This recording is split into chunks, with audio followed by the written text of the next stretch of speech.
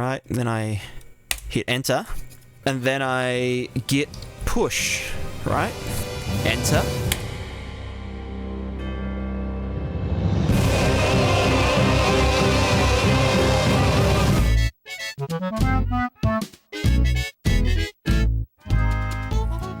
The devlogs have slowed down a little bit because there's been a lot going on behind the scenes, a lot of exciting things behind the scenes. The biggest of these, like biggest as in most important, not actual size, I am pretty big.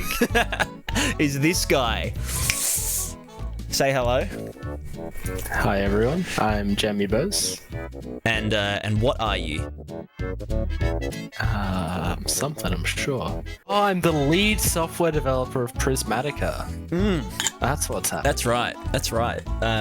Which is pretty exciting. So, basically, basically what that means for me is I can focus on all of the fun stuff, like, you know, all of my shaders and all of the shader tutorials and the game design sort of things and the vibes, you know, the vibe check.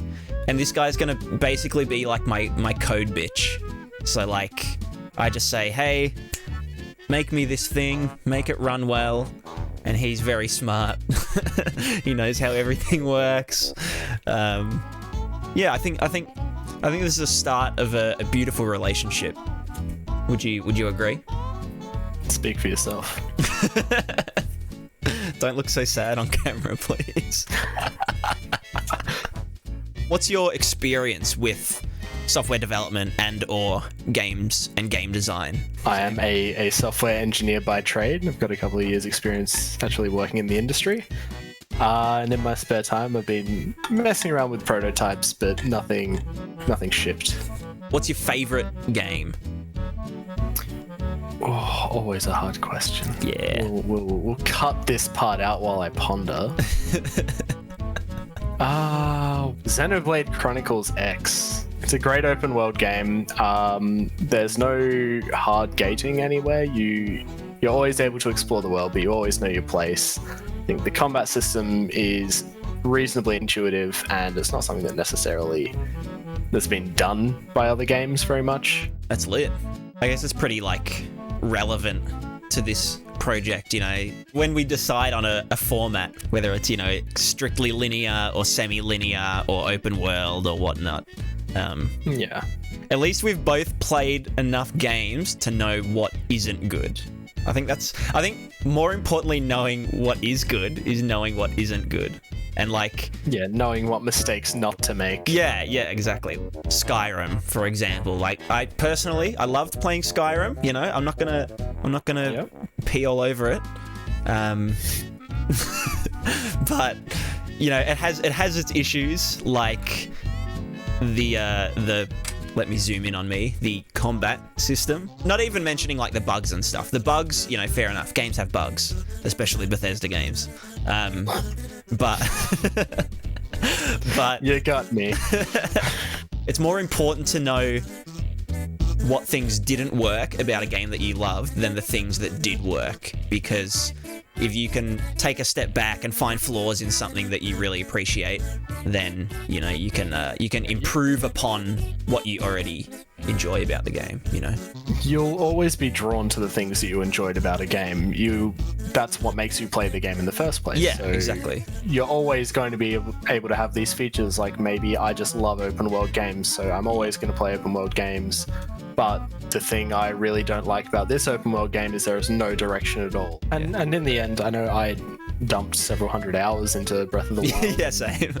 It's very easy to say, oh, they did a bad job of open world, but as soon as you acknowledge that, you can say, well, what exactly did they do wrong? They didn't really give progression across the world, which, if we have an open world, we will try and make sure there's some semblance of progression. That's exactly right.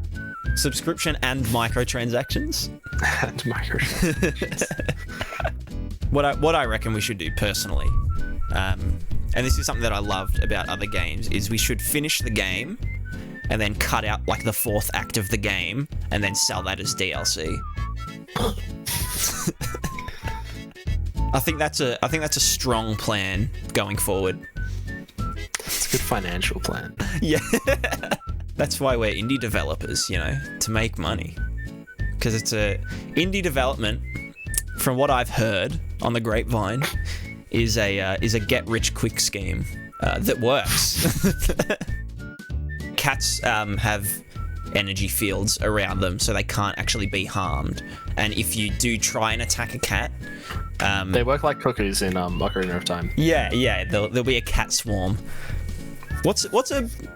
What's like a herd of cats? Is it a colony of cats?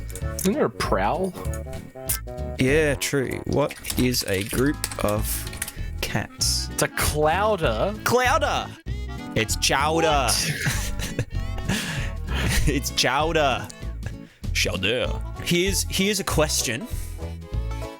What drew you into the Prismatica project? I just figured you were actually going to make something good and I wanted to make some money. I think realistically, I saw that you had a hell of a lot of good ideas in terms of art, design, and music. You knew what you were doing with all of it, and everything's looking fantastic. But it was a bit easy to spot that you were struggling a bit on the actual dev side. Yeah, I'm definitely a designer rather than a developer. I know our first few interactions were me more or less critiquing your code. No, not critiquing. And eventually, I think the appropriate term is backseat coding. Backseat developing. Yeah. Well, that's what's really happening here. I'm getting a promotion from backseat developing. Yeah, literally, it's official. You had a lot of merit, and you needed a dev. I saw an opportunity and I jumped. Yeah, I think it just goes to show that there are people around. You can find people who are working on a project with different skill sets. So someone like you who's got a very arts background, you've got music, you've got design. Yeah. I'm wearing a turtleneck, You're wearing a turtleneck, whereas I come from a dev background. I've got no fashion sense. I'm wearing a V-neck. I've got a piranha plant light. Yeah, fair. Yeah, you're definitely a developer. My initial aim with starting like the YouTube channel and stuff was to bring attention to the project and sort of be like, hey, I'm trying to do this thing, and I figured at some point someone would be like, oh dude, this looks great, it's the game that I've always wanted to be a part of and whatnot, and they would they'd reach out, if the right person came along, which you may or may not be. This is not an open invitation. Yeah, exactly. We're a happy dev couple, and I think that's something that a lot of people should almost like focus on early on in their projects. Is rather than trying to finish the game and get it out there without building up an audience first, it's probably more important, especially for indie developers, to build up the audience while the game's being developed, and then you can, if you find collaborators, they become part of your team, and it makes everything a lot easier. Because already with you, we've been talking like for the past however many weeks, and like doing little design talks, and we've got like an actual what's it called, like the Jira board, what's that sort of thing called? It's Scrum. We're organized. We've got to-do lists and sprints, which is dope, because it's sort of, it adds accountability to the project. There's so much discipline that I don't have, and I wouldn't expect it of anyone to have it, that much discipline that they can focus on a project for, a year or two by themselves and hold themselves accountable and, make it to the finish line. So I think definitely finding collaborators or people to just chat with about, your project, like a Discord channel. We have a Discord channel, and there's a heap of developers in there, and they're always, sharing their progress on their games and stuff, sharing ideas, and, this is how I achieved, X shader, and this is how I achieved Y system. And everyone in there is super friendly. I'm going to leave a link. There's always a link in the description for our Discord. But definitely finding like a group of developers that you can just chat to about your game is like probably the most valuable thing that you can have when you're developing any sort of project. You need to have people around who are interested. Yeah. You need to have people to bounce off of. I know whenever I've had projects in past, I've begged people to be a part of it. And I find it so much more productive when you've got someone there to annoy every now and then. Yeah. Say, hey, let's do something. Hey, I need help. As soon as people drop off, it gets hard.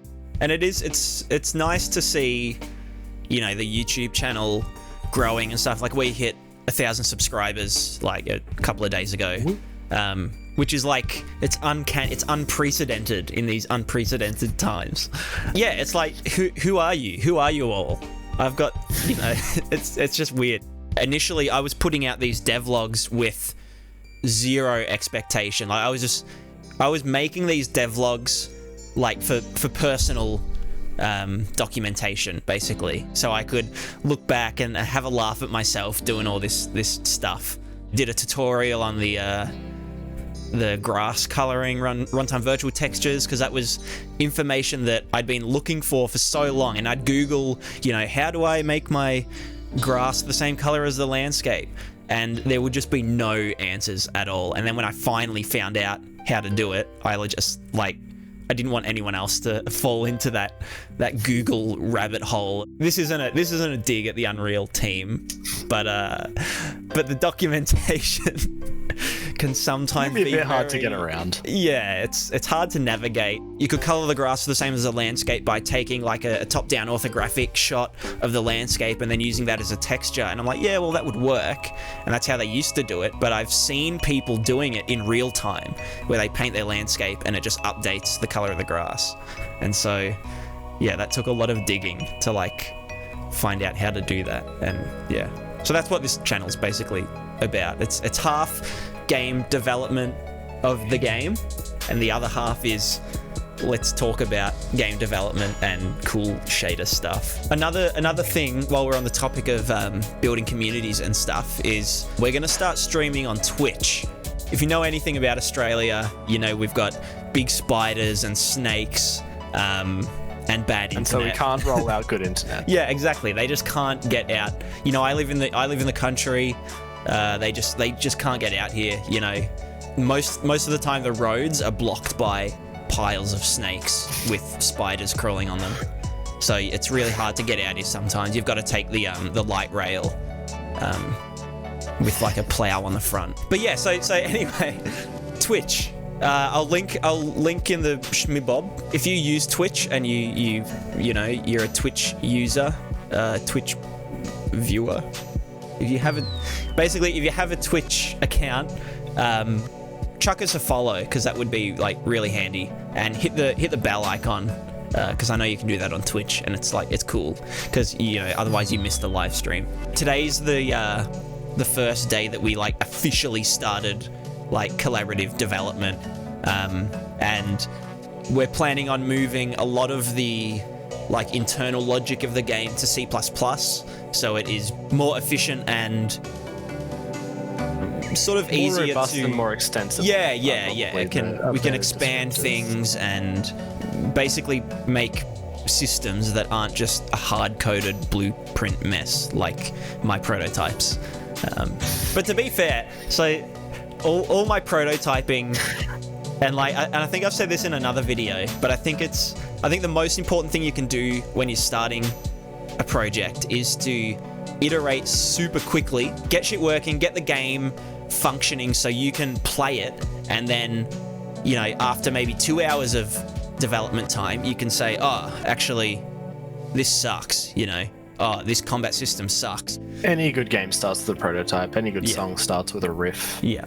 You make something, and then you say, how can we make this better? Yeah, you go 035, and then you're like 0365, That meant nothing to me.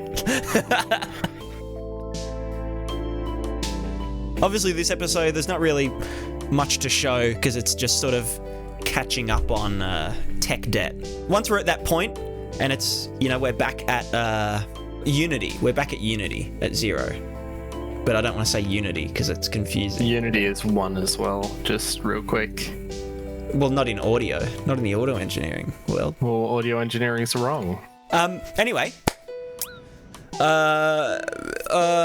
Yeah, I'm excited. I hope you're excited, and you're excited. Well, this guy. He excited. Hey, can we shake hands?